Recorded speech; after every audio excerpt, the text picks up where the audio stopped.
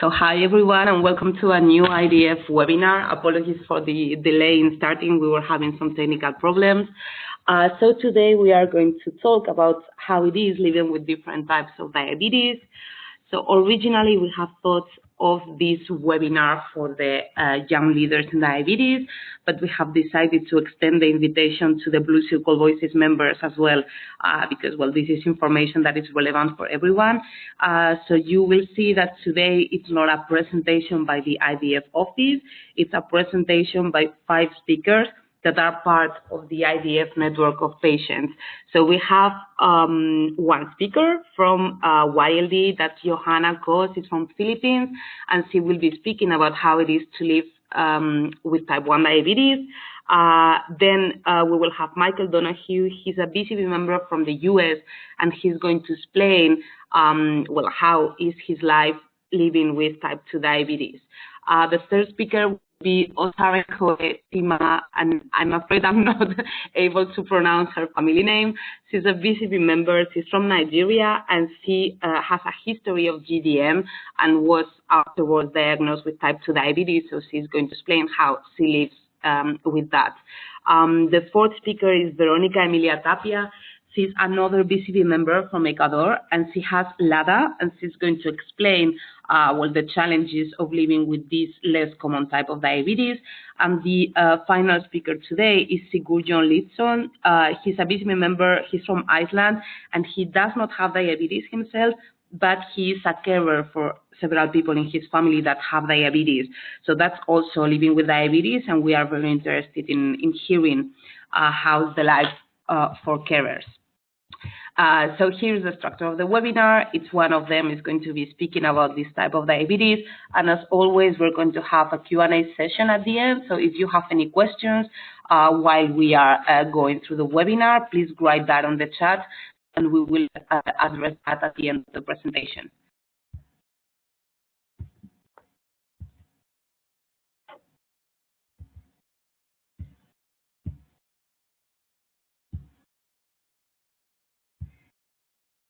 So Johanna, you are now unmuted. So please go on and let us know when you want to move from one slide to the other. All right. Good afternoon, fellows and sugars. It's evening in the Philippines. My name is Johanna Ko, and I've been type 1 diabetic for 17 years already, starting when I was 13 years old. Now I'm 30 years old, and I work as a business development officer.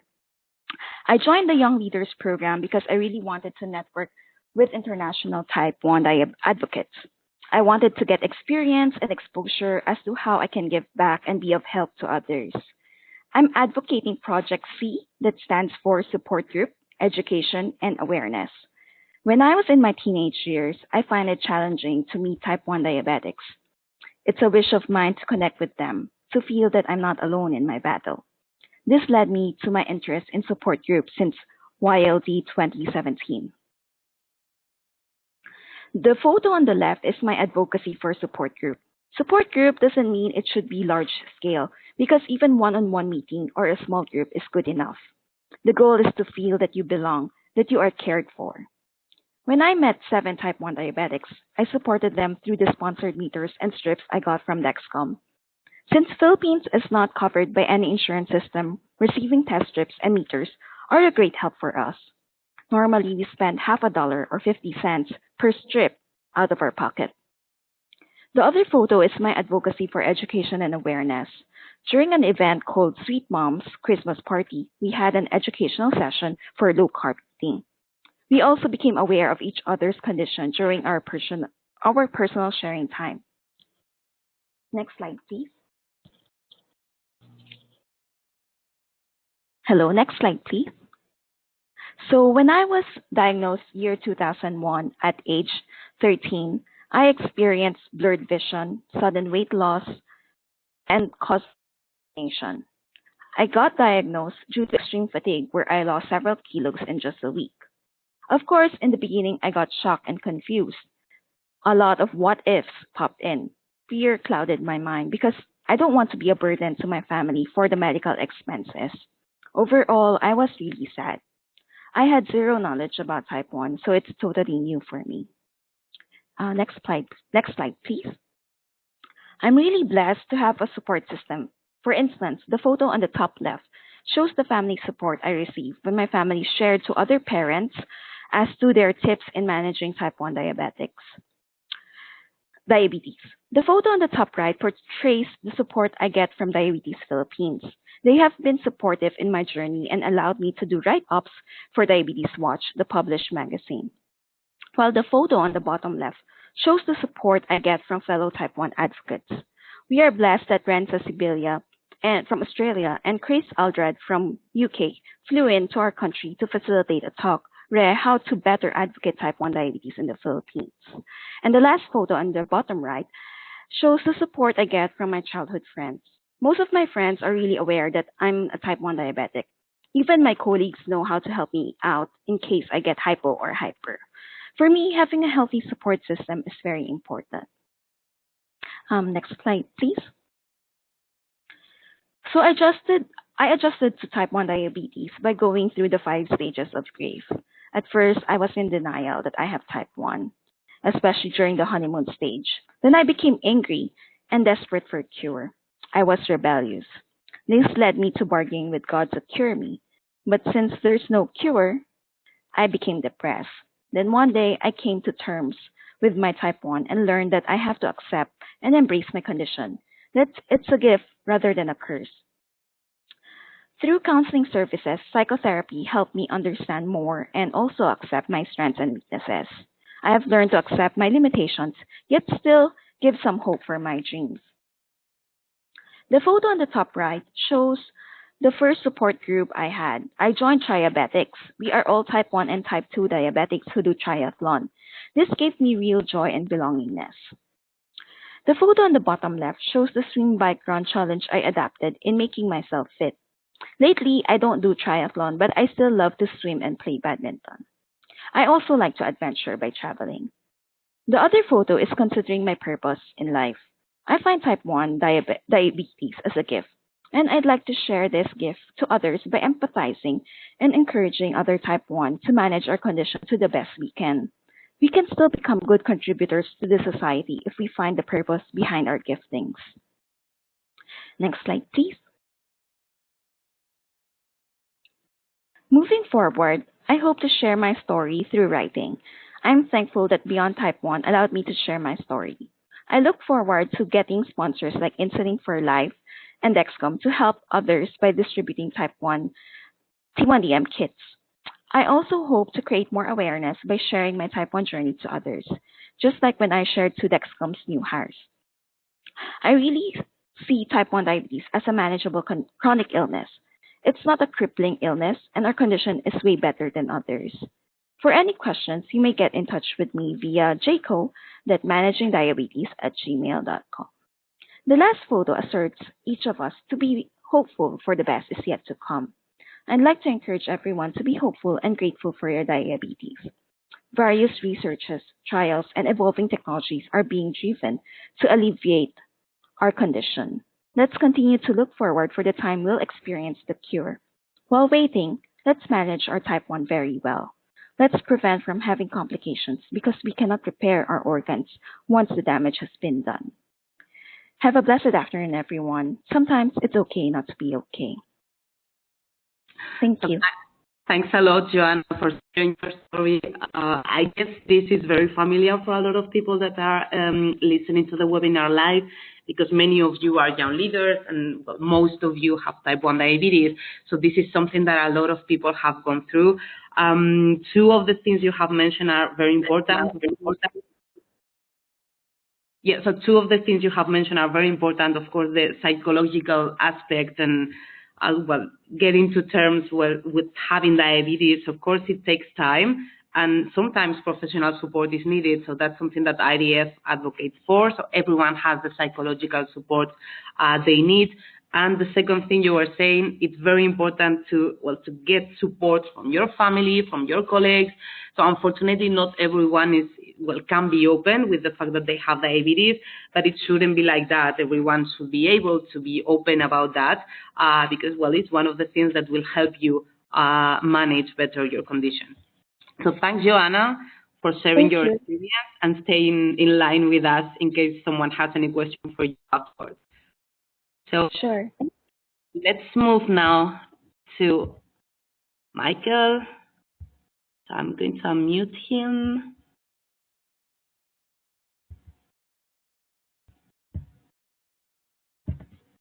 So there you are, Michael. You are unmuted now. So the floor is yours. Thank you, everybody. You talk about an inspiring conversation. That was awesome because there were really key points there that cross, doesn't matter what type of diabetes you have or even chronic condition, the support and the family are key. And you'll see that in my presentation is kind of the same area. Just to let everybody know, as my background is actually as a digital producer, marketing project manager, believe it or not, in the healthcare and pharmaceutical space. I've been doing that since about 2002, and I've worked in a bunch of different digital means. For me, as I'm going to pretty much stay very close to my slide, but I'll take it from there, is that over the last several years, as I stayed on the slide, I developed a number of complications. And the thing is, with these complications, they were caused by me denying my own health.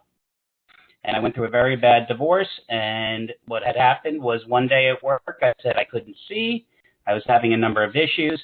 After about 6 or 8 months, came that my health had deteriorated to a very bad point that I ended up having open heart surgery for a valve, and they've had a triple bypass to work on. So the thing is, I'm committed to sharing my story to everyone. So one of the things that I like to share with guys through my search is I found the materials to be clearer and better to use. So I've focused on theirs instead of the ADA at this point. Over time, I also, in order to share my story, I joined the Lions Club International because I have a partnership with the IDF. And through process, I ended up coming to learn about Blue Circle Voices, and I felt it was a very good place to share my story and also provides credibility for the organization. As I am trying very hard to work more so in advocacy because my background had been in politics and government, also working with awareness because I realize that so many people do not have the information what this condition can do. And for me, my background is more of a hereditary situation than a pure dietary, where my grandmother passed from diabetes in 1977, my father came up with diabetes in 78, my mom in 96, and myself in 1998. So it's one thing to also have the information we know, but it's also, or that we've learned from our experience, but it's also important to gain the knowledge. And one of the areas also is the American Association of Diabetes Educators. Just started offering a paraprofessional course, so within the next year, I'm going to earn the certification in that. So I actually have more tools in my toolbox to share with others. Please, next slide. As I noted, when I was diagnosed, I was surprised, but I should not have been. There was so much diabetes. My weight had gone up to over 200 pounds. I was drinking probably 8 to 12 sugared sodas a day, which we know are 300 calories each. So it was starting to become a little ridiculous. And as I mentioned, I went to a physical shortly about the time I was married, and I learned about my heart condition, and at the same time learned about diabetes. That was kind of a 1-2 punch, as I would say. So at that point, I was only 28 years old. I felt I was young to be in a situation like this. And as I've mentioned, diabetes runs through my family. My father passed in 2006 from kidney failure due to diabetes. Past week, I've also been identified with a kidney issue. So it's an ongoing situation that with complications, you need to really continue to monitor it. I think pretty much next slide, because I've touched upon all the other points.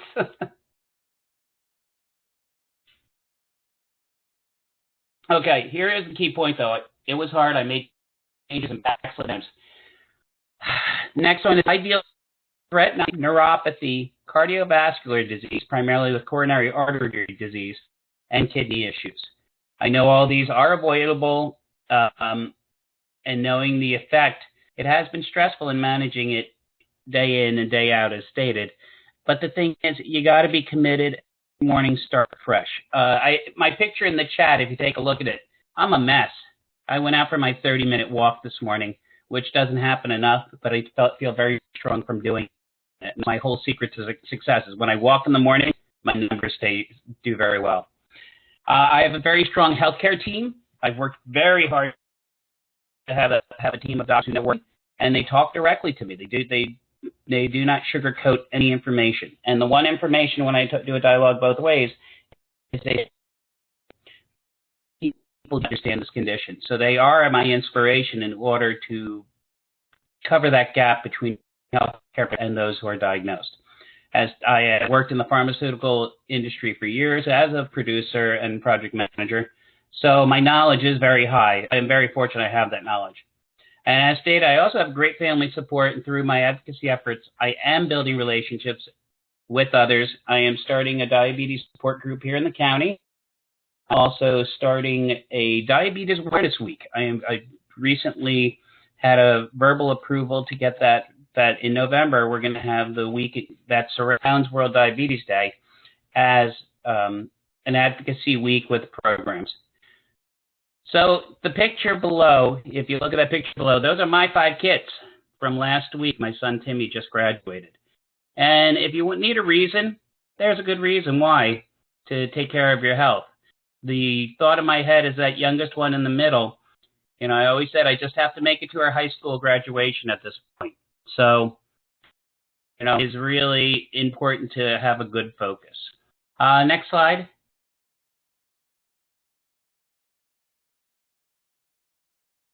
Just to make a point, as stated, the comorbid conditions are probably harder than the diabetes itself. I woke up with an 82 this morning, thrilled and high, excited about it. But management of exercise, low-carb diet, and compliance to the healthcare professionals. And at the new habits, I was fortunate. I've married a second time to a woman who is known as the veggie villain. There is little to no processed foods in my life. 30 minutes a day walking, but I also do lift weights and do flexibility. And my kryptonite, for those who are Superman fans, is the white pasta. I love white pasta, but I've learned alternatives and also portion control. That is huge. The biggest tip is attitude. I see it as, it is the biggest thing when I see on all the Facebook groups. I'm actually on all the Facebooks for diabetes, and it is an attitude issue. If you have to make the choice every day, sometimes multiple times a day, to manage this condition. And like I said, unfortunately, I can tell you how my feet and hands and my eyes are doing to realize that I have to deal with this every day. But diabetes is a part of me. I do not deny it to people and let people know. And that's the thing. Share with others. Do not hide it. Educate. But most importantly, build that relationship of trust, because people are going to react and respond to someone they trust and they care about. I think that's it for my slides, correct? Oh, there we go. Sorry, there was one I forgot. As mentioned, Diabetes Awareness Week program we're working on. We're also working with the Alliance to create more programs, looking to not only keep this local, but to expand it out. And also, I hope to build an international relationship with those through the BCV and the IDF. I also hope that we can replicate these ideas. My company called A1C, which build ideas locally and then share them globally. And hopefully I'll be able to support those as well. This is key, though. Diabetes is my reality, so I prefer to live it as my norm. And some days this is a harder battle in the mind than actually in the application of exercise, food, and compliance. And as also it is, I'm going to continue to speak more often, need a little practice on that, write more often, something I enjoy, and as I've done for years, develop programs for other diabetes groups, primarily through digital, because that is a background of mine.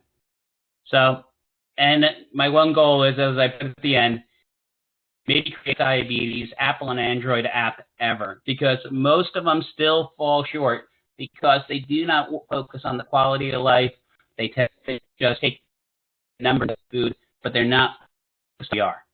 So thank you, everybody. I appreciate this very much, and I'll turn it back over.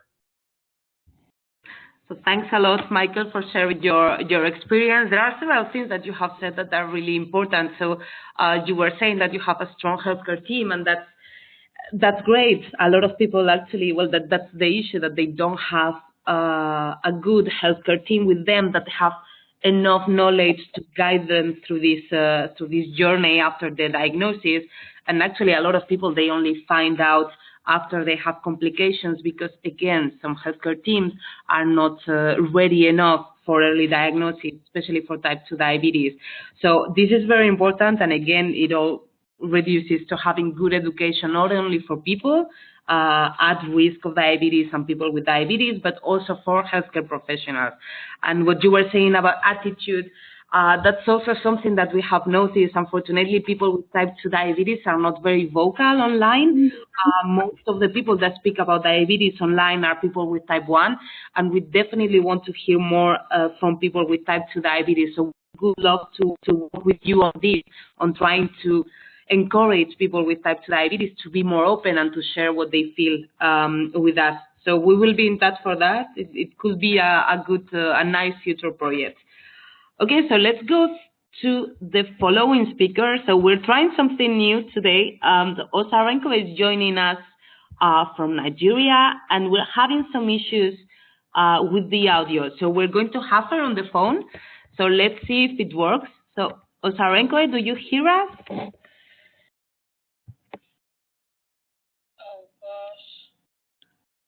Osarenko, can you hear us? Yeah, I can hear you very well.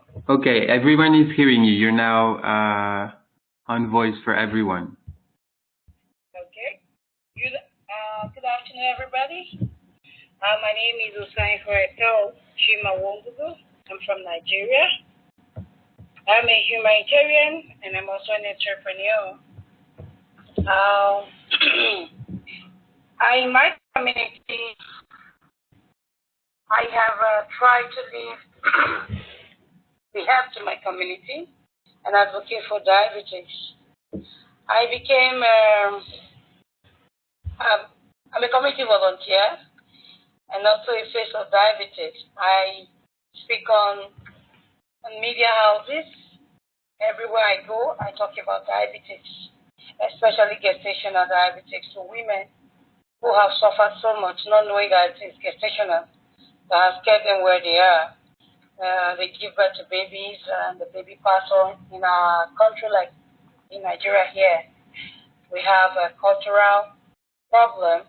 And when you have issues they believe is a spiritual attack, I don't know if the language is familiar to you all over there, but in Africa, everything is attributed to spirituality. So I see most of our women who have lost their baby during when you're pregnant or when you give birth, the baby dies. I found that from investigation and from my experience that it could have been, most of them could have been gestational. And from the ones that I tried to help, who I advocate to, I found out that the baby they have lost, like a particular woman, she lost about 4 children, and she was cast aside by her society, and that she's an outcast because she's a witch until she met him. And I spoke to her about my experience, and the rest is history. She's happy now, though she's above 50. She's managing her diabetes now, type 2. I'm also a member of the Diabetic Association. I have been state secretary, and now I'm the chairman of the Diabetic Association in my community, where we are advocating and reaching a lot of people. And people are accepting, but there was a stigma against diabetics in my community. There's discrimination, but with my experience as a gestational mother, I was able to, again, when I had gestation, I was able to reach so many women and families. And now that I'm type 2, I'm also doing that. I advocate on social media, and I support other NGOs like Rotary, Lion Club International, the Sickle Cell Foundation, other NGOs are raising awareness about diabetes, and also I'm a health activist. I try to create NCD, create an non-communicable diseases, bring people's mind to, if you live right, you can overcome most of the diseases going around. So I stand out as a health activist in my community, and I'm doing very well with it. And my family and my friends are very much in support, and they are changing their life. Move on to the next slide. Thank you. When I became a gestational when I had my second child. I have 5 daughters. My first baby, I didn't have a gestational. But my second daughter, I have gestational, and my daughter, when I went for just regular screening, because I'm a very jolly good fellow, I'm always a happy person. Though I have managed my dad and my mom before with diabetes as a young girl, I never knew of anything about gestational. So when I was told I had gestational, I had to find out why. I asked my doctor what was in me. That is the kind of diabetes you have when you're pregnant. And to the glory of God, I had a very fantastic doctor who made life easy by explaining to me what it is, not to panic. So I didn't panic. I accept my condition. And when you did the test and they found out that I'm actually not converting, I'm not making use of my glucose very well being pregnant. So they supported me, and my nurses were there, the health caregivers were there to support me, my husband. As at this time, I was 33 years old. I married at the age of, I got married at the age of 29. That was when I became pregnant. It was interesting because I'm somebody who is very inquisitive. My husband was very supportive because his own father had diabetes, and his mom was living with hypertension. So, and I love medicine, though I didn't study medicine. I love everything about giving back to humanity, working in the hospital.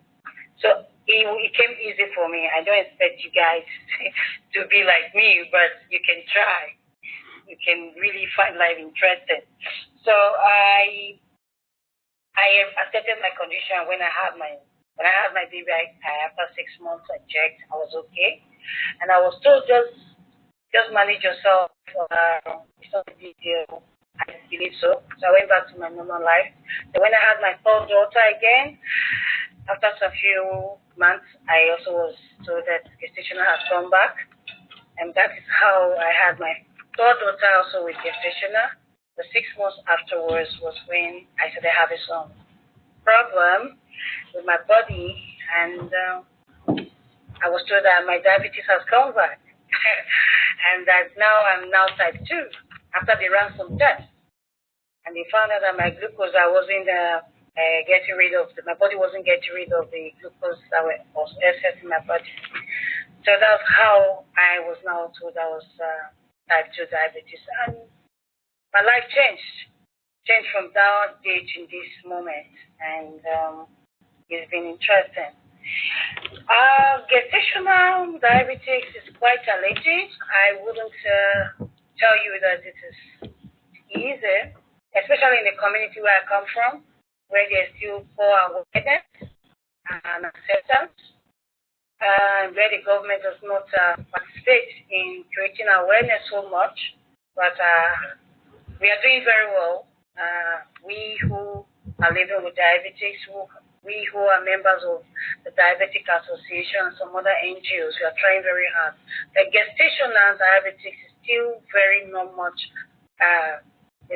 talked about. So when I was told I was living with diabetes, gestational diabetes, it came with a lot of challenges, like you have to be in a hospital because of excess sugar, you need to change your diet, you can't eat this, you can't eat that, and your baby does not become too big, or you have a stillbirth. All those things were told, and I had to adapt to it. those changes. It was a little bit challenging for me, but I accepted it and I moved on. And I also had an open mind about it, and I was positive that I was going to get better, because you have to be positive about your life. You have to be positive about everything you do so that you can overcome any challenges. Life is not a bed of roses. Have that at the back of your mind, that life is not all bed of roses. So when challenges come, you confront it and find a way out. So that's how I was able to manage it. And I've been lucky. My husband has been a great support. My friends, my healthcare providers were great support where I was in Port Harcourt, where I was diagnosed, and where I had a gestational before I moved to Lagos, where I am now. So they were very supportive. They were very friendly. My children, I educated them, my family members, everybody, my diet. They were quick when I have hypo. They are quick to quickly get me a bottle of Coke, a bottle of food, because that happens mostly when you're gestational. Because you're new to it, your body is trying to adjust. So you have to know how to manage yourself when you're gestational, please, so that you don't have a baby, you don't eat too little, you don't eat too much. Change your diet, just eat right, eat healthy. It's only like diabetic food. It is healthy meal. Eat healthy, and your baby will look beautiful, and you won't have complications. So diabetes has been very, very has exposed me to a lot of beautiful things. Like I now became an advocate. During the time I was having gestational, when I have to go into 4 years, I was a support to so many women in the hospital. Pre-surgery, I counsel them, and they can't believe it that I'm going to surgery in the next few hours, and I'm this excited. And when I come out, I'm up and doing it again. Then my life with diabetes has been awesome. My daughters, I have 5. Like I told you, I have 5 daughters. They have all adjusted their life to live with diabetes like me. I'm not even with diabetes, but they just accepted my word and they flew along. And since I'm a humanitarian, they joined me, and to make life interesting. I had my third daughter, I had my second daughter, all with diabetes. And every child I had has a story. My first daughter is the first, like Angel. My second daughter, who was the first person I had with gestational. And my third daughter is the person that I had, and then I was confirmed 6 months after that I had type 2. And my fourth daughter, she's the one I had the biggest baby. She was 5.05. And that was the first in the hospital, Port Harcourt Teaching Hospital, and she was healthy. All my babies are healthy. They didn't have any challenges, even though I had a decision, I had type 2 when I had them. So if you eat right and you do all you are advised, you will overcome. You will overcome. I know it's quite challenging with type 1. It's not the same with type 2. But with gestation and type 1, you can overcome it. Trust me, you can. So I lost my mom to diabetes complications, so it was easy for me to prepare myself, because I was the one cooking for her, caring for her. I'm the last child of my parents, so I was always at home. So I'm a child of old age too. They had me at a very late age of their life. So I will encourage loved ones to always support you, to always be beside you, because you need them. You need them to help you go through the challenge. You can't do it all alone. You can't do it all alone. Trust me. You can't do it all alone. So gestational is challenging on its own. Living with type 1 like you are, or type 2 is challenging. So you need friends and you need family. And you need to accept your condition and move on about it. So that's what I did, and that's why I would call myself a success with people and I'm able to lead other people to live that life too. So my advice to you would be breastfeed your babies. I did exclusive. I breastfed my babies for 1 year and 4 months, and I now found out that it's from the new findings that breastfeeding your children keeps them away from a lot of infection, and they don't come down easily with diabetes. That's what the new findings is saying. So I was lucky. So I will advise you coming up, you young leaders, that you please breastfeed your baby. Don't go with the trend and say that you breastfeed you're going to have a sad breast. No. Or you don't have that time. Please make time out for your babies. I had to resign to spend time with my family so that I could breastfeed them.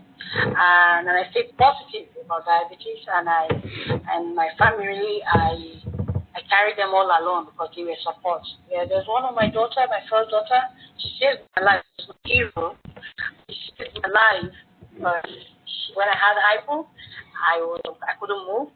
She was just 10 then or 11. She came to my rescue. And I don't forget that. She's my hero. So when life gives us a lemon, turn it to a lemonade.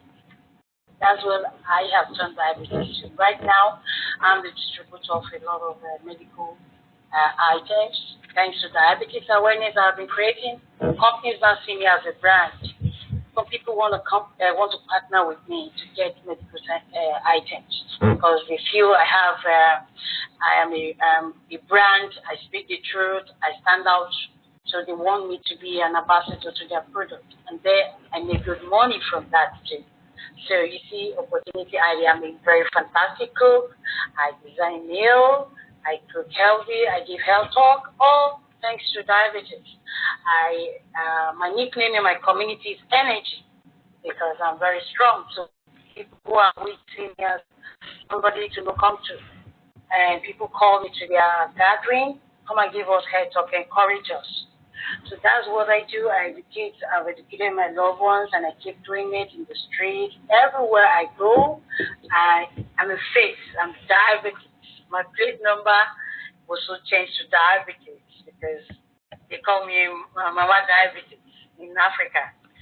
So I look forward to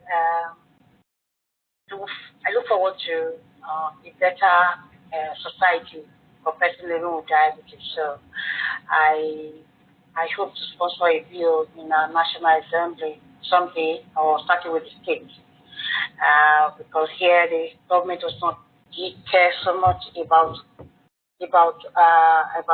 diabetes, but we are bringing awareness thanks to the Blue Circle voices, giving us a voice to speak. They are listening to us.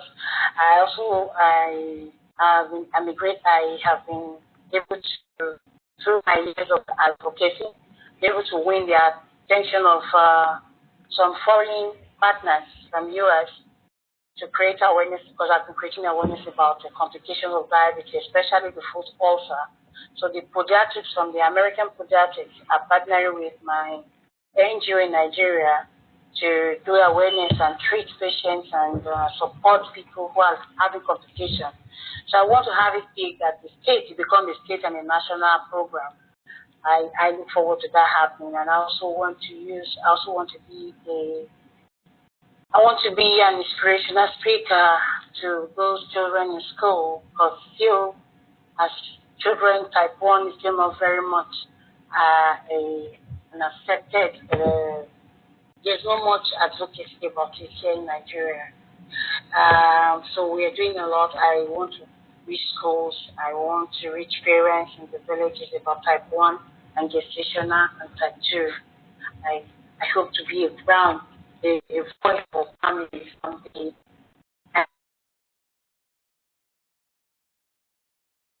And the NGOs who will do a lot more and change my country, change West Africa and Africa and the world about diabetes, and then be able to reach our government, especially Nigerian government, to join in the global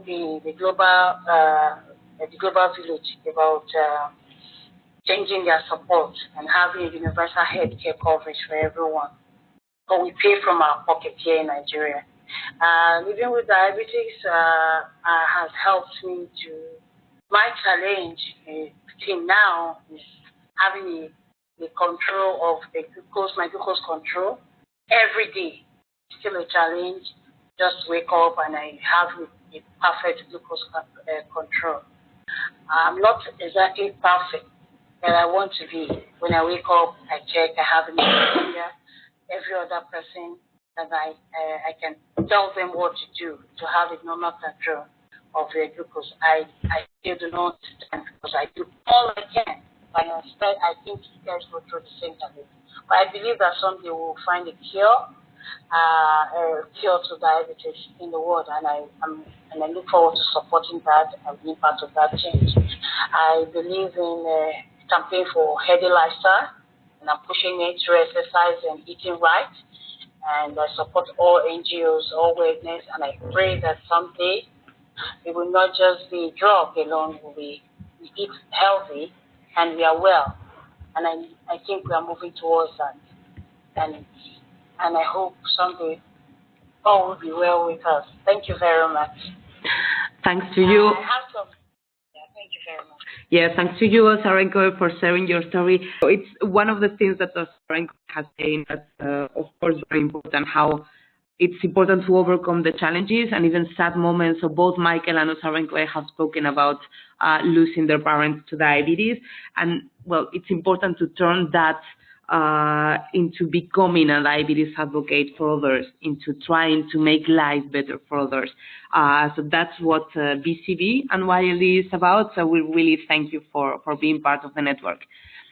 So we are going to move now to Veronica. So Veronica, you are muted now. Up to you. Okay, thank you. Well, I'm an architect. I'm from Ecuador.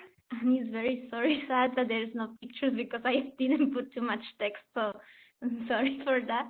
But well, when I became part, when I actually met people with diabetes, I felt that people needed to have a voice in order to change the stereotypes society has against diabetes, but also it was something that the stereotype I had too.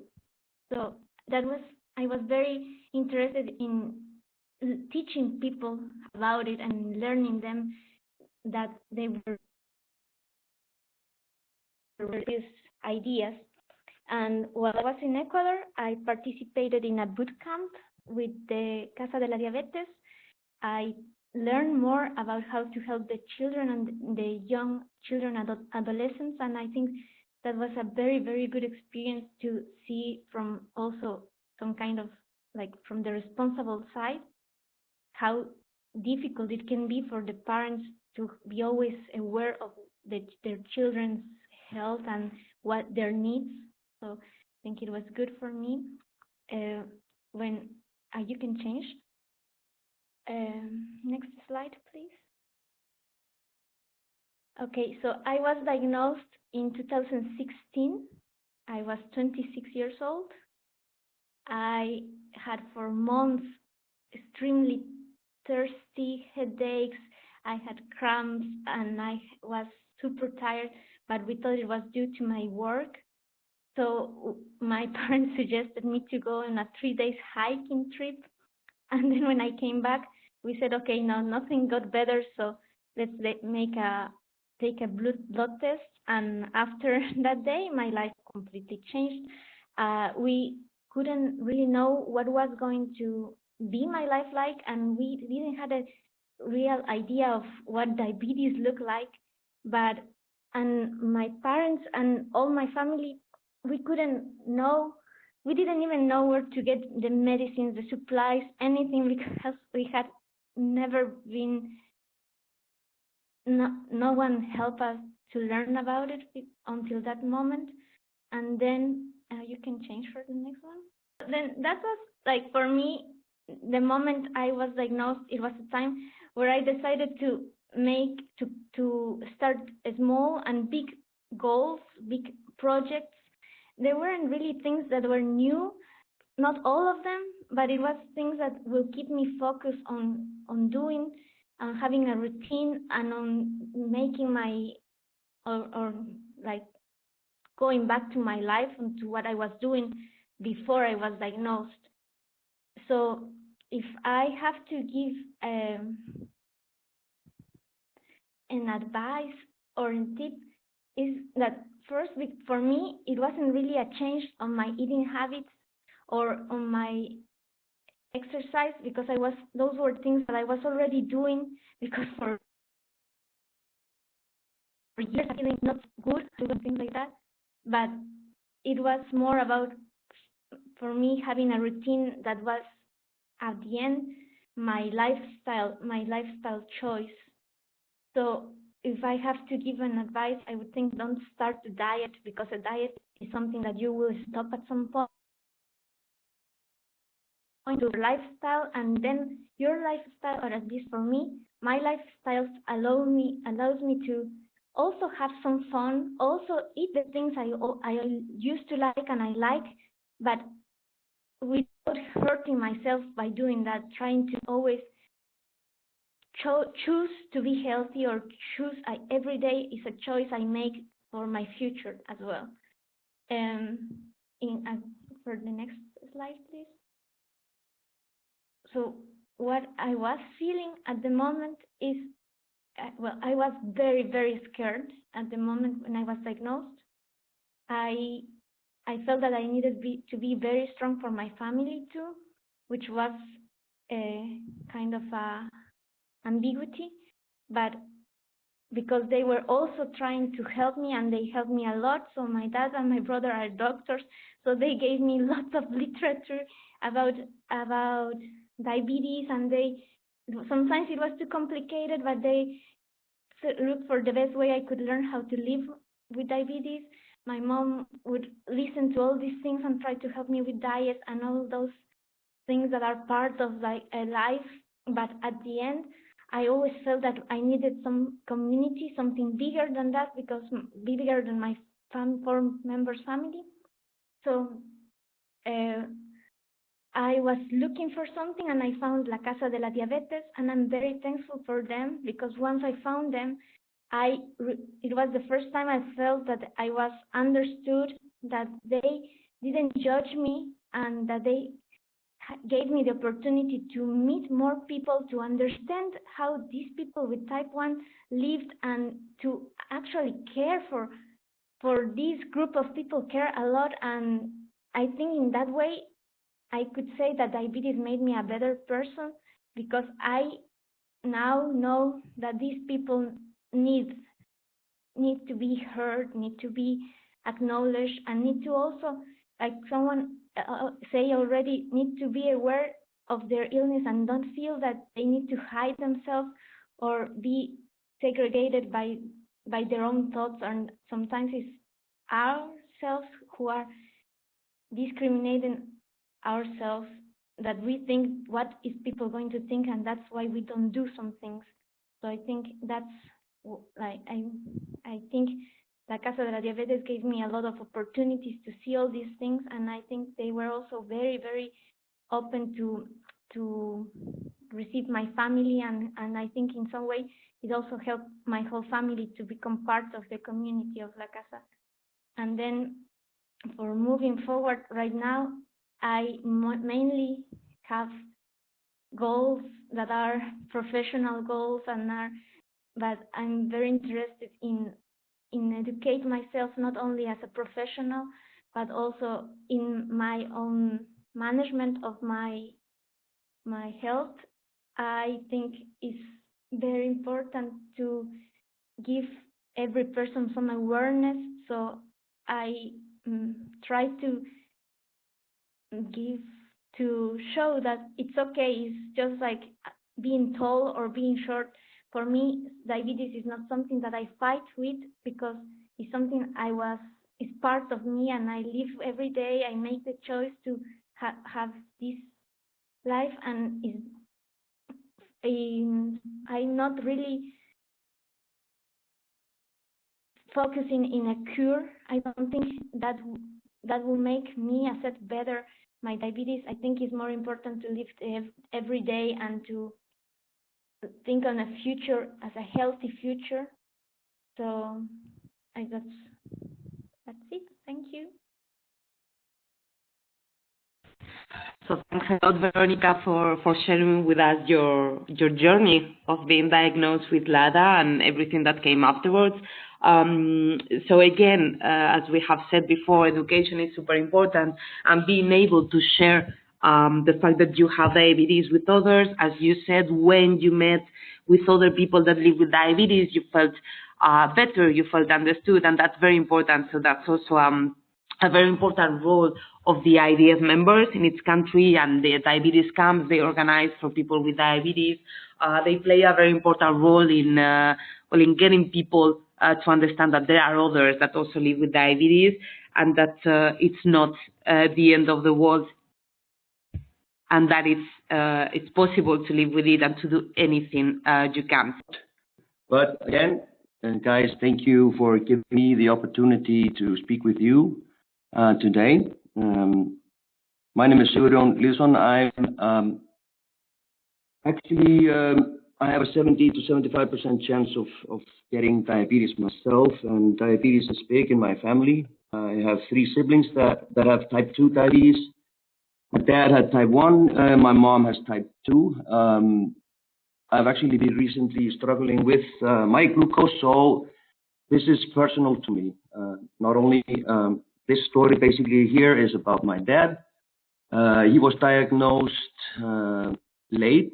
He was in the second portion of getting type 1 diabetes, I'm told. He was 29 years old. He was living in our hometown in Vestmannaeyjar, which is a really small island just outside the south coast of Iceland. And at the time, he was really lucky that there was a guy working at the hospital who had recently been working with an endocrinologist in Reykjavik. So he recognized the symptoms that my dad was having, and he was diagnosed with type 1 diabetes. As a kid, I was really young when he was diagnosed. I was only 2 years old. So early on, I never noticed that he had this disease. He was a captain on a shipping vessel. He was advised not to do that anymore. He was told that he should basically find a new job. But he was really stubborn, and he knew what he was doing. So he basically said, "No, I'm still going to captain this boat." And so he did. He just asked the chef on the ship to handle his injections. Well, he basically had the insulin in a freezer and always had it ready when he needed the injections. So he basically wanted to do what he was supposed to do and what he was born and raised to do, being a captain on a shipping boat. So he did. So next slide, please. So as I mentioned there, he was always that guy. He was a captain, so he was always in charge. And I think it's really important that as a part of this story, I will get back to that because he, in his, not short life, but he managed to live 70 years. But it changed him in a way. He was a lot alone. He and my mom divorced in 1985. He moved to Reykjavik, the capital of Iceland. And for a time being, he did not visit his doctors. And that's really important that for the YLD members to understand is how and why it is important that we as diabetics get into appointments with endocrinologists, because I think it's important that we have a lot of advances when it comes to diabetes and other diseases. We have new doctors coming in almost yearly. We have new technologies coming in. We have new insulin types coming in. And for the 11 years, my dad did not go at all to the endocrinologists. So his health was deteriorating. So he was getting worse and worse every year. But when he did, he got a new type of insulin, and he managed his diabetes way better than he did before. His health got better. So I think it's really important that we get our checkups. And I've heard you guys, talking before me, is that it's really important that we also share the knowledge and get the help from our family members. Because we can always help out in one way or another. So we get the next slide, please. So in 2010, my dad was diagnosed with lung cancer. I went to the doctor's office with him, talked to the doctors that he had been appointed to. They told us that he had tumor in his brain that would affect his short-term memory. And as we know, actually, is that high glucose for a long period of time can have the same effect. So his memory was getting worse. And with that diagnosis, I thought it was really adamant for me to help him find a technology that would actually help him out. He was starting to forget to measure. He was starting to forget if he had injected or not. So I started looking for solutions for him. He didn't want an insulin pump. So I basically started my own company in 2012, where we are actually trying to help diabetics out to remember, if they're medicating or not, if they're measuring glucose or not. We are using AI and computer vision to do that. One of the things that actually did affect his glucose the most were the steroids that he was getting. So he was having a lot of hypers, and he was struggling with his diabetes. As I mentioned, the insulin pens that are out in the market are usually static, so they don't store any information. The glucometers can be so many versions and complicated also for people to understand and get their data. And this is something that we are trying to solve. If you can get the next slide, please. As I mentioned, in the past few months, as a result of radiation to his brain, my dad actually started struggling more and more with dementia and diabetes, and that does not, it's difficult for a person to have both. Even though we had to fight with the doctors for him to get the best care for him, they wanted him to live on his own. So you can imagine a diabetic that is struggling with dementia. He doesn't remember to measure or inject. He can't eat whatever and whenever. And at the time, as I mentioned before, the signals that triggered me with him was that one day I was sent home with my dad. He was supposed to start trying out to live alone. I told him, Dad, you need to inject 6 units of long-acting insulin. I gave him the insulin pen. He was up to 10 units. And I said, wait, you can't inject with that. So I had to take the insulin pen from him. I selected 6 units, and I was going to hand him over the pen again. As I mentioned, he was a captain. He always wanted to be in charge. Then he said, hey, you can inject me here. And it pinched his stomach and asked me to inject. That's basically when I knew that the captain was not there anymore. So I think it's really important that we help our loved ones when it comes to diabetes. That is something that I started doing when I found my dad was getting worse with his health.